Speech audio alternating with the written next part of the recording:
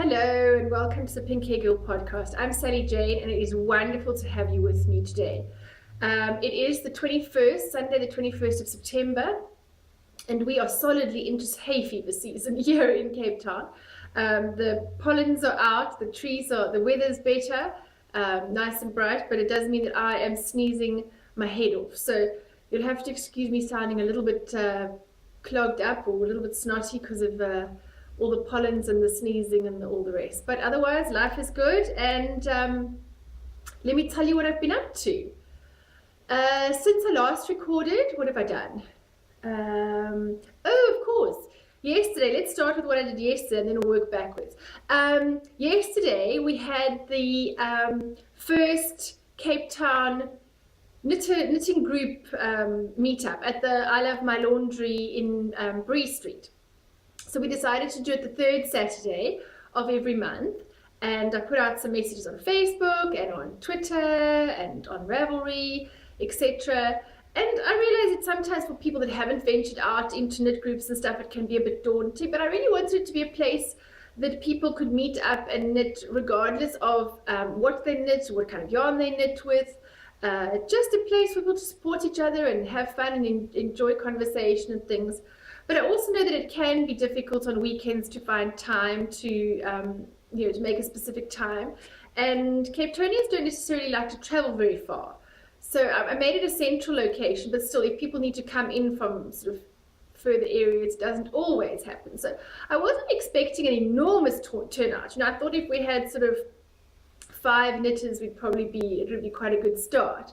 And I had a couple of friends that couldn't make it this time and said that they would be there next time. So I wasn't expecting an enormous group, but in the end, there were about 10 of us, 10 knitters, which I think was really good for the first time. And it was great. Everybody chatted, and it was actually just really a lovely afternoon. People talked about projects they were working on, and yarn, and ideas, and families, and kombucha, and children, and homeschooling, and you name it, we talked about it, which is quite fun. It was just an easy flowing conversation, and I think people just got on quite well, so I was quite chuffed about that.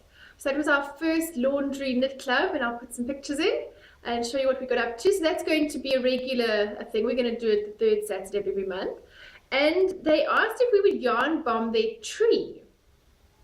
So I went along this time to go and look at the tree because I've never really taken notice of it before. And it's not actually right outside the shop as I originally thought. It's actually, the road is divided by an island in the middle. So the one way is going this way, there's an island, and then the other way is going down the other side. And the tree's actually in that central island. So Michelle was there and she was doing some knitting for the yarn bomb. She was between projects, so she was knitting some orange... a sort of big orange garter strip that we could add to the yarn bomb. And I had a long strip of knitting that I had done for something ages ago, not really finished. A kind of a story scarf, but it never really, anyway, it's got some felted stuff sewn onto it in different novelty yarns, and it really is quite an eclectic mix of all sorts of things. So I took that with me, thinking we could kind of start that as a longish base and then build on. Never having done a yarn bomb before, not totally sure how you put it all together and how you then put it onto the tree in the end. So we went to measure the tree, and it is about 60 inches around, which is quite big actually. So Michelle carried on knitting her bit, and we measured the sort of long scarf or strip of knitting, whatever that I've got, and I think it's just short of 60. So, because knitting stretches, it would probably work to go around, and then we'll add on all these other knitted bits to it. If anybody has done a yarn bomb before, please tell me what you did and when you put it up. Did you put it all together first and then just do the last kind of final seam down the tree? Or and I don't know, does it have to, you sort of always think it has to be surreptitious in the dead of night kind of thing. I'm hoping that after one of our knit clubs on a Saturday afternoon, we can less surreptitiously just add it to the tree. But we'll see how that goes. So that's what we've got. I've got a couple of those crochet squares that were left over from the blanket and some other kind of random bits and pieces. So I'll add those to it as we go along.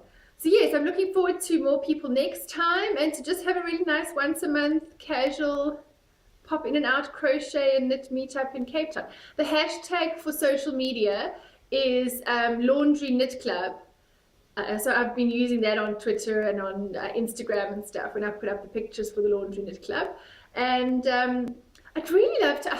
I'm not very good at things like logos or banners or anything like that. And I was thinking it would actually be really nice to have a little logo or a little banner or a little something for the Laundry Knit Club. But I don't really know how to make those sorts of things. Maybe I'll ask the I Love My Laundry for their logo and do some sort of writing next to it with a hashtag or something. I don't know. I don't know. Not terribly good at these sorts of things. And because it's not a really commercial venture, it's just our fun. I don't particularly feel like, I know people do this for a living, graphic designers and all the rest, but I don't really want to spend heaps of money paying a graphic designer to make a logo just for a fun knit club. I don't know. We'll see. I'll go play around with some of these things online and see what I can come up with. So that was yesterday. That was the Laundry Knit Club, which was great fun. I'm really looking forward to carrying on with that. Some of you will have seen that I put up a video, not knitting related really. It was about the rhinos that the children and I, craft project rhinos the children and I made for, it's a rhino awareness, and as part of a box, and there's a competition for crafted rhinos that the CNA, which is a South African company, is doing. So for those of you that didn't see that particular podcast, because I didn't put it up as a knitting one, it's just linked on my blog about the promotion from the CNA that we were involved with. But for those of you that didn't see, I thought I would just show my children's rhinos because I think they were so cute. Now Titus is one I did with him, obviously. I mean, he's only 3. So I did his little rhino with him, made the shape, and then as we were shaping it, got him to stick the masking tape around it. And then his favorite colors are dark blue and orange. And so I obviously chose those colors and helped him to paint it. And then he told me what decorations were sticking on with the sort of beads on its leg, and the little, it had to have a bird on its nose. I don't know if it can focus on the little birdie on his nose. Yeah, so that was the one I made with Titus. And as I said, that one probably needed quite a lot of help. But what I was surprised about is, when you've got a little one of about 3, they can't last in a craft as long as the other 2. And he was off school that morning because his teacher was sick, and I was actually wondering how he was going to get on and how would he fit in with all of this. And he was great. He actually managed really well, and he really enjoyed it, and he participated as much as he could, and if he got bored he kind of jumped down and wandered around and did his own thing and came back for the next bits, and it was really fun. Now the older 2 are completely left to their own devices. I showed them what to do, wrapping the shape of the newspaper and wrapping it with masking tape and then putting the paper mache over. And I really didn't help them. Caleb's one, just a little bit with the paper mache, just to make sure that he got all the paper mache around it. But for the rest, I didn't help them at all. I just think that the shapes and the individual nature of their rhinos is just so cute. I just think they did such a great job. I didn't tell them, I showed them basically how you do the shape, and I think this nose of Caleb's is just so cute. It looks a little bit like an elephant. And then he put Save the Rhino on there, and his washi tape around the legs, and the decorations are all his. He came up with the idea completely himself, and I just thought that was such a cute little rhino from Caleb. And they were all just so unique. The children came up with such an individual personality for each of their rhinos as well. This is Rachel's one in yellow, and the double horn that she's done here, and the eyelashes, and the fascinator, yeah, with the little braid in its hair, and the beads, and then this bum, I just think it's too gorgeous. She's really done this big humped bottom on this side, which at one point she was just worried it looked a bit silly, but actually I think it's got such personality. It's got little toenail polish as well, and I just think those are so cute. Anyway, so that's just me showing off my kids' craft projects. So we did these rhinos, and there is a little video for anyone that is interested in watching what we did, and the children helped and talked about various things, so that you can go see how we made them, and there's a bit of a tutorial on making the paper mache rhinos. And I talk a little bit about wanting to do a pattern for some fingerless mittens to raise awareness for rhino poaching. And actually, I'm really keen to do one that will help sponsor a rhino dog, which is dogs that help to guard, they're specially trained service dogs that help to guard the rhinos and to prevent poaching in areas where there are rhinos. So that's my next design project once I've got the book over, is to work on these little rhino mittens that I wanted to do. And then what was the last thing we've been up to? Oh, it was Rachel's birthday. On Wednesday, we had her birthday party last Saturday, which was a great success, actually. She had wanted a high tea for her birthday for the 3rd year in a row. And normally we've kind of invited 1 or 2 friends and we've gone to high tea, you know, at one of the hotels here. But Rachel's actually quite gluten intolerant. And for this last year, I've kind of kept her off wheat and gluten and things like that. So to go to a high tea is rather difficult because there is not much that she can eat, really. I mean, if you think all your cakes and pastries and all of these kind of things are. So we decided to have a high tea at home, and she wants to invite a whole lot of little girls and have a sort of a sit-down tea party thing. So we did that, and I made macaroons and rainbow jelly, and I ordered a gluten-free cake. I wasn't going to be as adventurous to try and do the cake as well. And the little girls came around. There's a couple of sort of brothers and hangers-on for Caleb's age. So that was quite sweet. There were a couple of little girls, but little boys. Most of it was all little girls that she knows from either homeschooling or cubs or swimming and she sort of planned this thing where they would all sit at the table and have tea. And I hadn't really planned activities or anything for them to do. And the kids just ran around outside. They just had such a fantastic time. They played soccer and they played hide and seek. I mean, you think at 10 they were too old, but they didn't. They just ran about having such fun. And it was so not planned, unstructured, and the kids really just all got on. And then she'd got some sort of top model drawing things. She's actually quite into sort of fashion and drawing and these things, so they were lovely books for her. And all the kids sat down at the end and were drawing in they're sort of designing their fashions for their models. So that was actually quite sweet. And they all did such different things. I've dropped a stitch now. Ugh. I have to fix this before the next segment. And she had a really wonderful time. That was on the Saturday, and then her birthday was on Wednesday. And because Pippin is her main birthday present, she knew that, and that's what she chose. And he was obviously just really before her birthday. We fetched him from her bedroom in the morning and put sort of a bow around his neck and put him in a basket. I threatened to put him in a box and close it and everything, but I just found a basket and I put him in the basket. And then as we went into her room singing happy birthday and whatever, kind of holding him in the basket, I kind of got the basket near the bed and he just leapt out at her, which was really cute. So my little girl is now 10. It feels quite unbelievable that 10 years have gone past this quickly, you know. If I think it's another 10 years, she's 20 and she'll probably be out the house and gone. I can't believe how fast time is going, you know, no matter how noisy and how chaotic and how crazy it gets with 3 children, and believe me, it seriously gets crazy around here sometimes.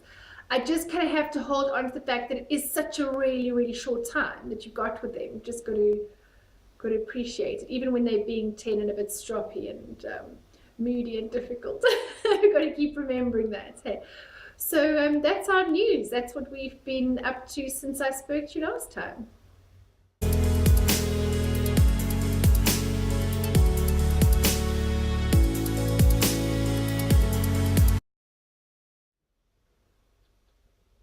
Now, my stitches all picked up and I'm ready to carry on knitting and talking. And let's get on to the works in progress.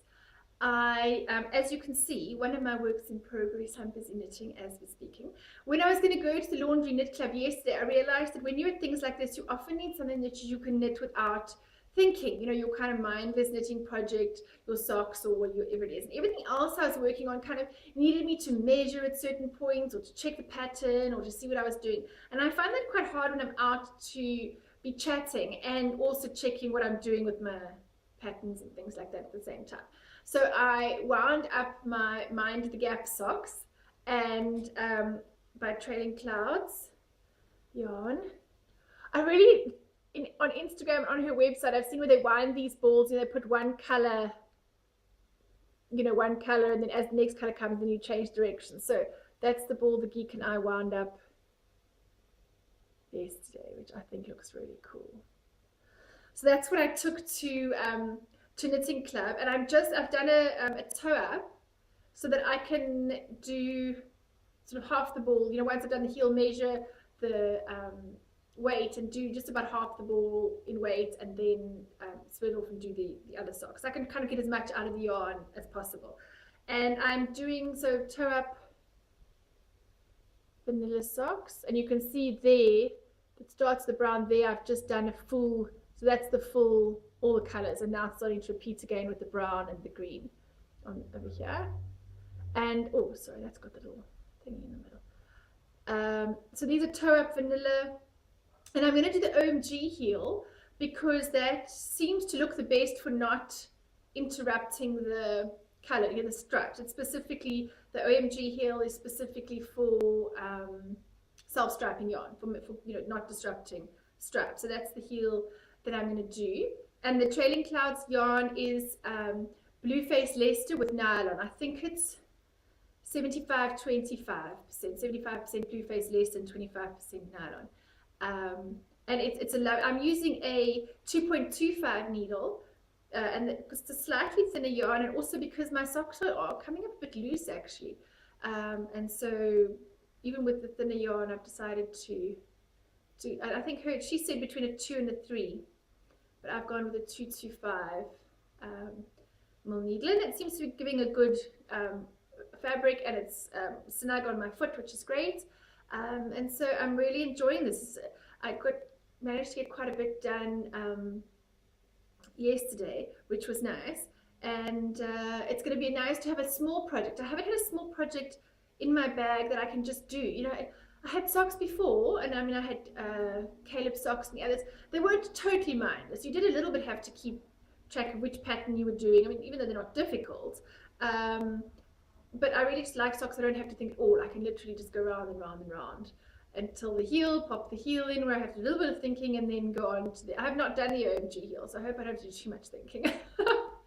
And yeah, so that's my first work in progress, and I'm delighted with this yarn. It's so nice and cheerful and happy, and of course it reminds me of the time I was in London, and I was using the tubes, all the rest. And we actually sat at the knit group yesterday looking up all the colors and remembering which one was which. I remembered the green was district and so on, and then we had to look up which colors, what the other one was. I couldn't remember all of the others. It was quite cool to actually remember and look up all the different colors that she's used in this. It's really clever.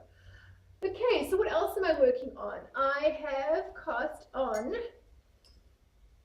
my Edina, like seriously, not much done yet. This is just supposed to be the cuff part. These are those Edina mittens by Claire Divine for the head to toe collection that she's done. And I actually think that this I'm knitting on a 4, and it's quite loose. My gauge seems to be quite loose on this, and I think I'm going to go down a needle size. I was doing the medium, and I know that Jess from Ginger Twist Studios said that she started the medium and then actually went down to the small. But I'm going to go down a needle size and maybe keep the medium, but see what I get on a slightly smaller needle, because this does seem quite loose to me. I don't know. I'll see. I'm going to play around with different gauges. I didn't swatch, of course. I kind of thought, well, I'll cast it. If I like it, then the knitting will be my swatch as I go, and then decide if I like it or not, if it's the right fabric or not. So that's those, and this is, the yarn is actually the same yarn that she designed the mittens in. Hers was in grey, and I've got the Nerd Herd from Ginger Twist Studios. And this is an organic merino and mulberry silk, and I'll put the link to that, and this is in the Nerd Herd colorway. So I'm very delighted with those, but I think I'm going to either change down a needle or smaller size. Yeah, so that's those. Oh my gosh, my Barry hat. Sigh. Okay, so you've all seen or maybe some of you have seen, the berry hat that I talked about in one of the first episodes, actually, that I got as a gift. Actually, it was on the Nurturing Fibers thread. There's a kind of a giveaway post, and Celie Ann was putting this up as a giveaway, and I said yes please, and I love it and it's great. And our Alexander Technique teacher saw it when I was wearing it, and she said, oh, that's so nice, and would I knit her one? And so I said I would. And the berry hat is a very interesting construction. And so you knit, let me undo this so you can see. You knit essentially from that piece there around to that bit there. You know, so you've got a kind of got a long increasing triangle as it is. And then you pick up the stitches along the top, and you then knit the next part of it. It's kind of done in 3 parts. I have done something wrong, and I don't know what it is, which is, I feel so stupid. I feel completely defeated by this pattern, to be honest. So I've done this bit here, okay, and I have my long triangle bit. And of course, I didn't measure it against this one. I mean, this is, in fact, the exact same yarn. They're both Nurturing Fibers Super Twist DK. And so they should be coming up, I mean, I know there's individual knitter variation, but they should be coming up pretty similar sizes. But then when I did the top part, I'll put in the picture I got from Instagram, I mean, I've been fiddling with it now, so this is not actually what it did look like. This part, where you then pick up all of these stitches along here, like this, and then you knit this bit, and then these 2 edges are then supposed to be the same length, and that's what buttons down like that. Well, mine came up, if you kind of tuck that about there, mine came up that the one edge ended there, and the one edge ended there. And I have no idea what I did wrong, because, you know, the maths is that you're then supposed to have gone up this much, and then you should be able to do, I don't know. The problem, and it's a very clever design, but the one problem when you're knitting an interesting construction, that you don't have the same visual clues as to if something is going wrong. So you have to almost get to the end. I mean, I was literally thinking, I've got so many finished objects to show you this time, because I'm going to be finished this bloomin' hat. Yeah. So it came up all wrong, and I have reread the first part of the pattern, because what I measured, when I now measured this against the one Celie Ann did, is that my end, I ended the same height as hers, but mine's a lot shorter. And so I have obviously increased too fast at some point in this thing, and landed up with it being the same height, but a whole lot shorter. And then when I've gone round, I haven't had enough stitches to do the top. And I thought, well, maybe I went back and I reread the first part of the pattern that you do this first bit. And it seems like you increase 2 times on row 1. And then when you do row 3, you increase 1. And when you do row 5, you increase twice. And then when you do row 7, you increase 1. So, you know, there's a couple of rows where you're increasing twice, and then one when you, and that's what I did. So it kind of, so then what I thought I would do is I would try and be clever, and because I've obviously got a much greater, I went up much faster, much steeper angle. Instead of sort of putting 5 stitches between each of these, I would put 3 and make up for that.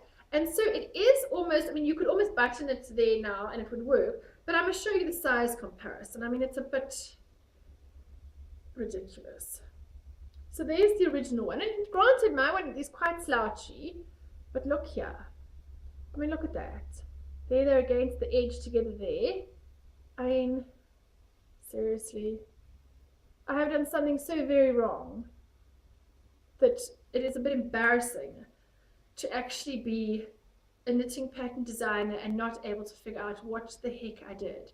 So part of me doesn't actually want to rip this bit out. I think I've got enough yarn to start off doing the big triangle bit again and just see if I can figure out what the heck I've done. Do it again, following the pattern. I was following the pattern on my phone, and maybe I need to print it out and just set up the pattern where it's quiet and I'm not trying to do other things at the same time, and just really carefully make sure that I'm doing each bit properly.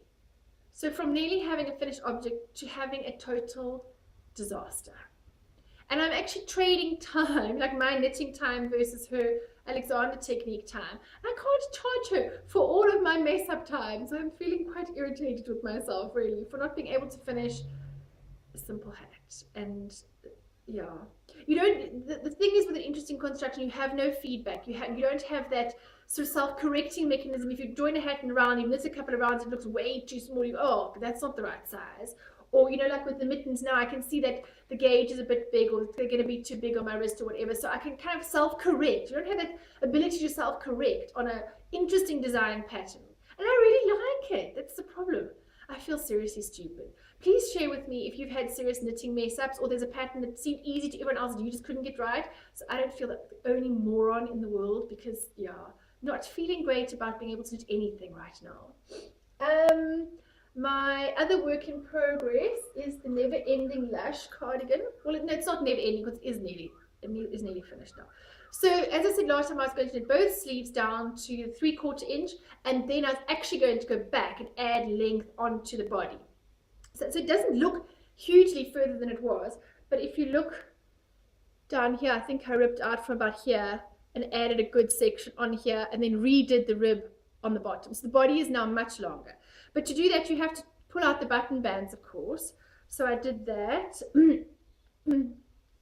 I ripped out the button bands.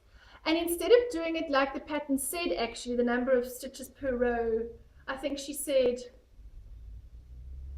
2 stitches for every 3 rows or something like that. I watched Dark Matter Knit's podcast, and I think it's the episode called Re-Entry, and she talks about picking up stitches.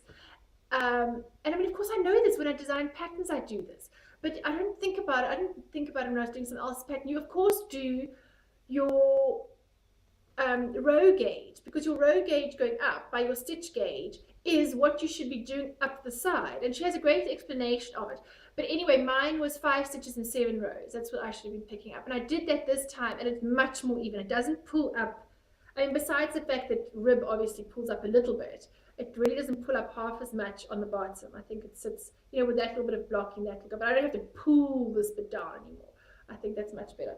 And the one sleeve is finished, and I had enough to go down to long sleeve, so that's the one full sleeve finished there. And I am most of the way down. Oh my gosh, tangled up here. I'm most of the way down on the second one, so that's that bit there. So next time I really should be finished it. And I don't care how hot it is next podcast, I am wearing my Lush cardigan.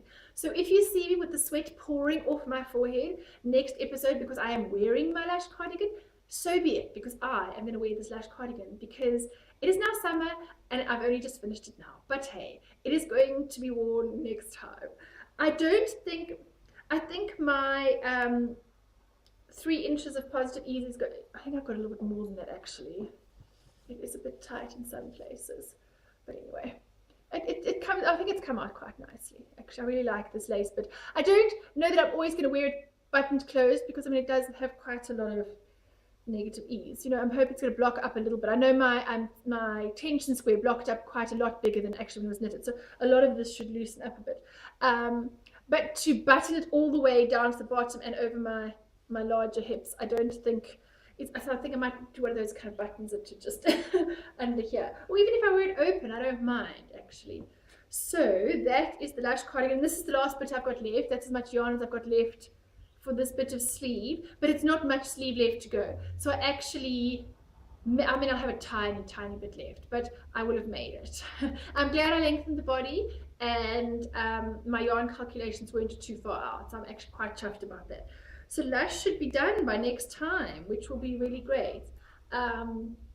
It felt like the knit along was really nice. It's nice to have a knit along to kind of keep you on track. And I finished, I think would have been considered the 75% that they'd wanted to finish by the time the knit along closed. But yeah, I mean, some people managed to knit 2 in the same time, so I'd hardly finished my one. I mean, granted, some had done little ones, but I mean, some had done an adult one and a little one, and they perhaps had not done quite as much frogging backwards and up and down as I had, but there we go. It was fun to do the knit along. I'm actually quite enjoying them. I find them quite motivating for sort of, you know, keeping going on projects or getting things finished or whatever. So yeah, those are all the works in progress at the moment.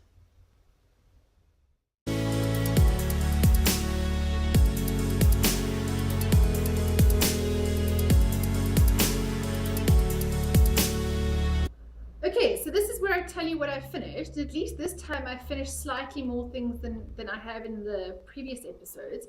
Although I had hoped to have the Lush cardigan finished, and I should have had the Barry hat finished because it was so close to being finished. But instead, it is all the way back to the beginning.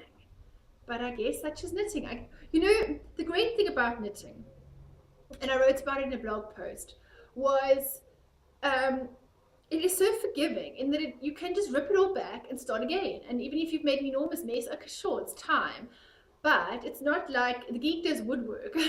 And there, if you make a mistake, woodwork is not forgiving in the same way that knitting is. You don't just get to rip it back and try again and start again. So I really shouldn't throw too much of a tantrum because I can just rip it back and do it again. I think, when you discover what the mistake is that you made and you realized what it is, you can feel like an idiot, but you know how to fix it and you can sort of carry on. I think the thing that's disturbing me most is that I don't know what I've done wrong. And I keep reading the pattern and reading it exactly the same way. So I'm going to have to just sit carefully and slowly and then keep the piece that I've already knitted and try again and measure and see this time if it's looking any different than it was. Anyway, this is supposed to be the finished article section. Why am I moaning about the damn Barry hat? Anyway, let's move on. Finished objects, of which I can show you absolutely none because they're all gone. The one is socks, which I finished for Caleb. I finally finished his socks, and I'll put a little picture in because he looks dead cute in them. And I took some photos of them finished. But he's wearing them, and they are on 7-year-old feet, never to be seen again. So if you've ever knitted socks for a 7-year-old and then tried to get them away from them, good luck, because they're either dirty or under the bed or somewhere. Who knows? Yes, I think they're on Caleb's feet. I don't know if they've been off his feet since he got them. I mean, they must have, because he has slept and bathed and things in between. But apparently they're back on his feet again. They haven't been through the wash since then, so how many times they're going to be on his 7-year-old feet? Who knows? Eventually, when I get hold of them and they're smelling bad enough, I will try to wash them. If he will let me. But he is super chuffed with his little socks. And I'm really pleased I made them for him. And that was the Claire Devine's pattern from the Sock Anatomy book, Tarsus Grande. So that was the ones that I did for him, and he really totally loves them. So that's the my one finished object. My other finished object that I started and showed you last podcast, you would have seen a little bit of it, was the dinosaur that I did for the party that Caleb was going to the next day, and I did finish it in time, and it did look like a Christmas ornament, but that's okay. Apparently the little boy sleeps with it every night, which I'm really delighted about. I'm really pleased I actually did it for him, because just about the entire year he's seen me knitting and asked me if I'm going to knit something for him. And so when I said when was his birthday and he said September, it felt like I had such a long time. And then of course it was suddenly, the party was the next day. Anyway, I knitted him the dinosaur, and apparently he sleeps with it under his pillow or sleeps with it next to him every day. And that makes somebody knit worthy. I really like that. And then the other thing I finished was a crocheted hat, a minion hat from the Despicable Me movies, because one of Titus was going to a party and the theme was minions and the whole Despicable Me, and they had the minion. It was actually the same day as Rachel's party, so Emma took Titus off to this party in the morning, and then they were back for Rachel's in the afternoon. So it was a little minion party, and he came home with a minion party bag and all the sort of stuff. So I made a little minion hat, and I will put some photographs of that in as well. So all of these finished objects, I really have to show you only photographs because they're all gone and donated and given and gifted and etc. So yeah, that's really all I have that I finished this time, which is a little bit more than last time. But next time I will be wearing my Lush cardigan because it will be finished and it will look wonderful, and I will have blocked it to the right size, and it will finally be finished. And it will be the first time in quite a long time actually that I've knitted a garment, a full cardigan. It's been a long time. I've been mostly doing smaller things and shawls and all sorts of stuff, and it's been a long time since I knitted a garment, and it will be done. So watch the space next time, and you may sit and applaud in your living rooms or wherever you're watching, and standing ovations for me finally having finished the Lush cardigan. It will be done. And so the next section is going to be for the knit along prizes. So stay tuned for that. That's really exciting. But before I get to that, I've got, I'm going to put up a separate thread for this. This is quite exciting. This is from my friend Claire Devine. As you know, I'm knitting her mittens, fingerless mittens, that is in her book Head to Toe. And she uses yarn from Ginger Twist Studios in Edinburgh. It's a collaboration between herself and Ginger Twist Studios. And then every month they have released a new pattern, starting at the head, so did a hat, and then was shawl, and then the gloves are out, the fingerless mittens are out now, and then there's socks to end off the book. And there is an actual book, a hard, a physical book that you can order. And there are, there's the ebook, and then there's the standalone patterns as well. So Claire has very kindly donated some prizes, or not really prizes, for a thread in the group.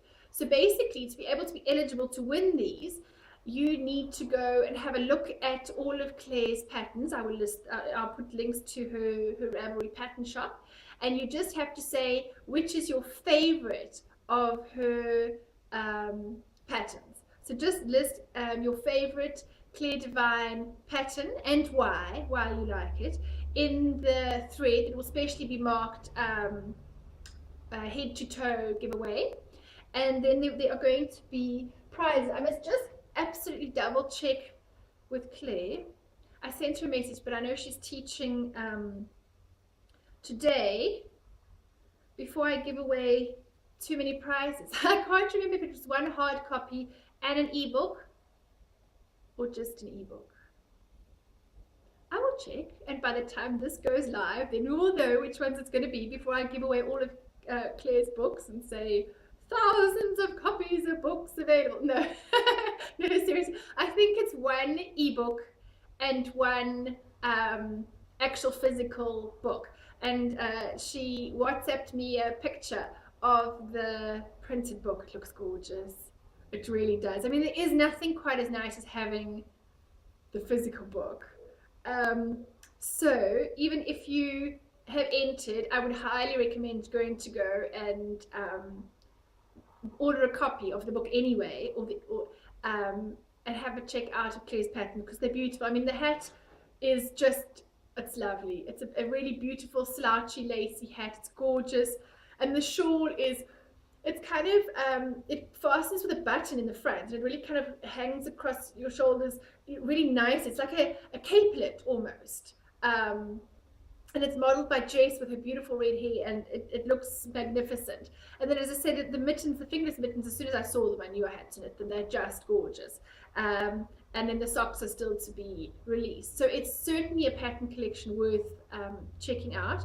And Claire would really like some feedback on her patterns that are out at the moment. So if you check out her, and she's done all of her sock anatomy patterns, and the little ones, the big ones, their shawls, all sorts of things there, different socks that she's knitted for other magazines as well. So go and check out all of her patterns and give her some feedback. It's always nice to know what do knitters actually want and why. What do they like? What attracts them to certain patterns? And of course, we just really enjoy hearing from you guys what you like and what stands out and what designs work. Because sometimes as a designer, it's hard to know which designs are going to be,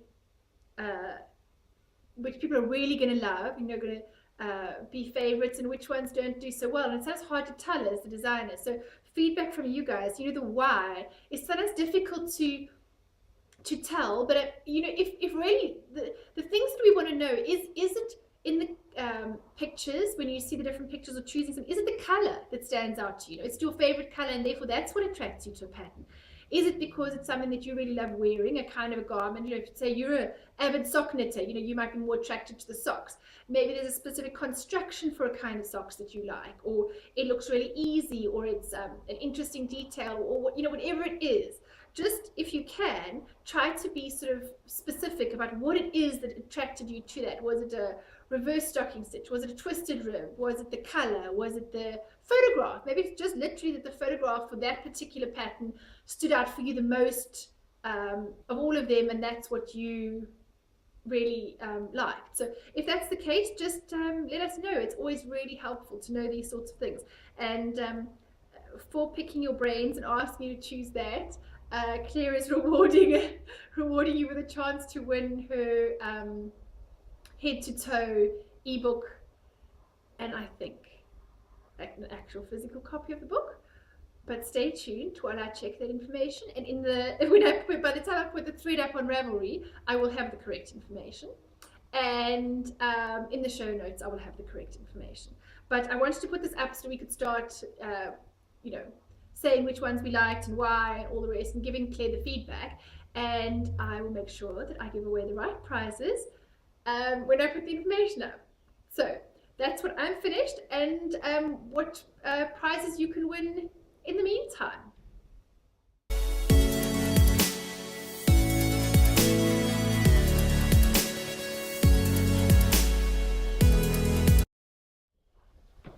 Hi, I've asked Rachel to come and do the draw, or help me do the draw for our first knit along, our sock cal, which finished on her birthday.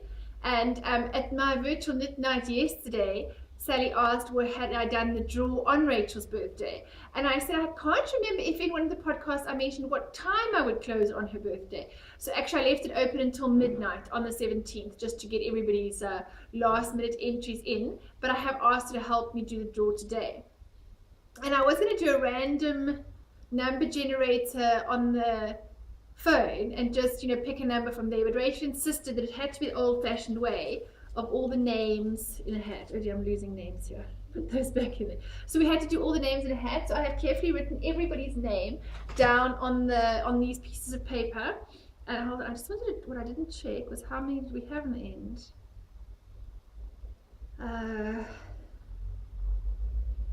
So that is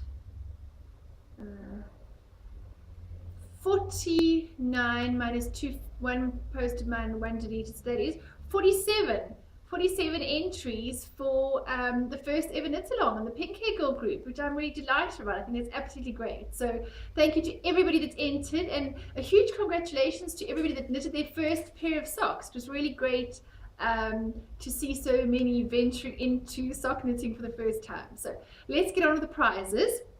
Now, I have some really nice prizes for you. Not all of them that I can show you actually, but there are a few that I can show you, but we don't have them. So pause 1 minute while we get to the prizes that we can show you, and we'll be right back.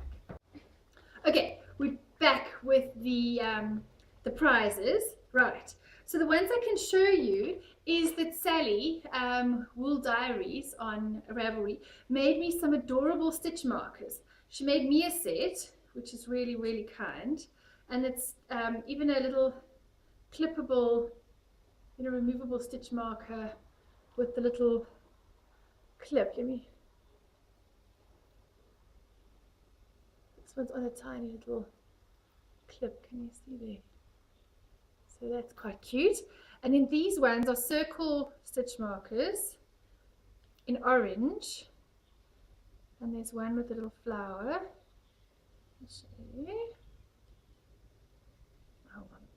Oops. Hold those. Okay.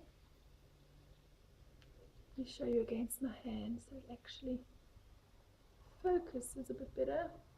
It's focusing. So it's got the little flower and the little orange bits, because she knows how I'm obsessed about orange. And then there's a couple that there are the rest that are just plain circles with the. I've never used a circle stitch marker before, so I'm quite keen to try that. So then there's the lockable one, or the removable stitch marker. There's the round one with the orange with the flower, and then there are one 2, 3, 4, 5 plain ones, which really gives you a nice variety of stitch markers for any project. So I'm really keen to try those. So those are my set in orange, and then there is another set which I'm not going to open, but they are the same in yellow. So that's the set in yellow. Rachel did think that I should just say that the yellow set got lost, and that she was going to keep the yellow set. We should just say, oh no, we can't find them, because of course yellow is Rachel's favorite color. But no, we have put the yellow stitch markers into the giveaway because Sally sent them especially for the giveaway. So thank you very much to Sally Wool Diaries, who made these stitch markers especially for us.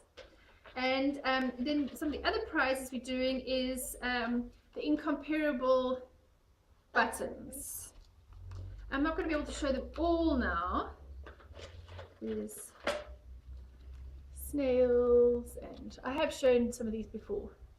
Dinosaurs, and flowers, and lady beetles, and all sorts of things. So we've got a whole variety of those, and I'll put a picture of these, and then the winners can choose from those. So those are the prizes that I can show you. The others are yarn or ebooks or things that I can't show you. So let's get on with the draw, and then I will tell you who wins what lucky prizes. So the first prize is going to be for Claire Devine's Sock Anatomy ebook, which contains all 9 patterns of baby socks, the baby sizes of the socks, and then 2 of them have already been done in adult sizes, and she's going to add all the other adult sizes to the book. So you're going to essentially get 18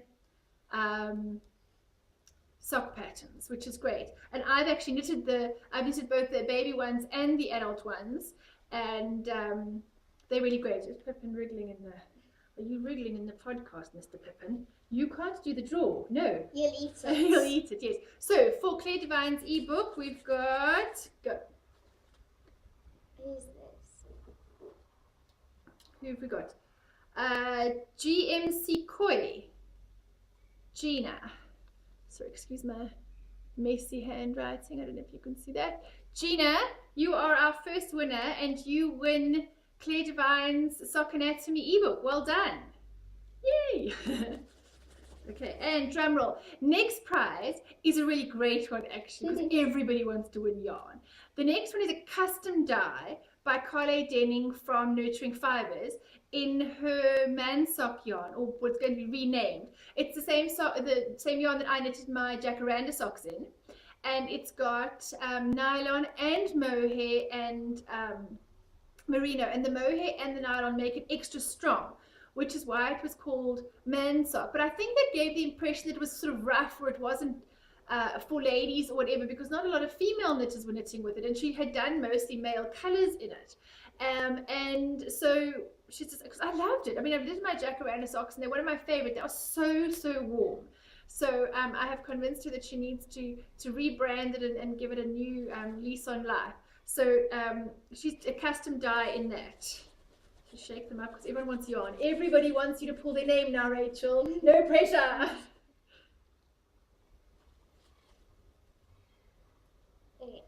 Who have we got? Not for you to eat, Pippin. We've got Stumpy01, Julia from Scotland. Well done, Julia. You get a custom die from Carly Denning at Nurturing Fibers, and I will put the 2 of you in contact with each other. So, right, our next one is yarn donated very kindly by Jessie Maybe, who's in the group and actually entered quite a lot of socks for the knit along. And she donated Frolicking Feet in sock yarn in the tangerine and lime. It's an orange and a lime green. It's really very pretty. Her favorite colors. So I know that it was quite hard for her to give away, and it's an awesome prize. So next one for yarn. You want it, the yarn. But I'm not allowed to enter. Who have we got this time? Oh wow, Sharon, SA Senior, my friend Sharon, who knitted her first socks and I helped her to do her first socks from Claire's pattern, actually, and helped her with photograph for the heel because she was learning to do her first heel. So that goes to Sharon. Well done. So that's the yarn. Then our next prize is for the lovely yellow stitch markers. And no, your name is not in the drawer.